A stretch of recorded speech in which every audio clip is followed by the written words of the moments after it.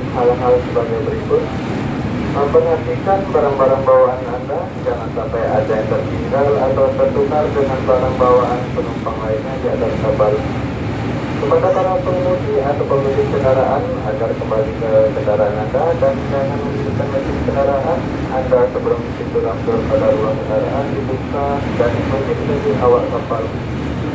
Sebelum kapal merapat dengan sempurna, kepada para penumpang tidak diperkenankan berdiri di railing atau di pinggir kapal dan mendekati area kerja anak buah kapal, baik di haluan maupun di buritan kapal dan di tempat-tempat lain yang dianggap berbahaya. Kami atas nama anggota beserta awak kapal KSP Aceh Hebat 2 mengucapkan terima kasih atas kepercayaan Anda menggunakan jasa penyeberangan PPASBP Indonesia dari Persero, dan selamat melanjutkan perjalanan Anda.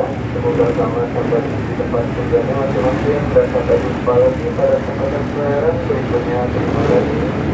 Perhatian untuk Alisa Cek dan Mesin dan haluan buritan persiapan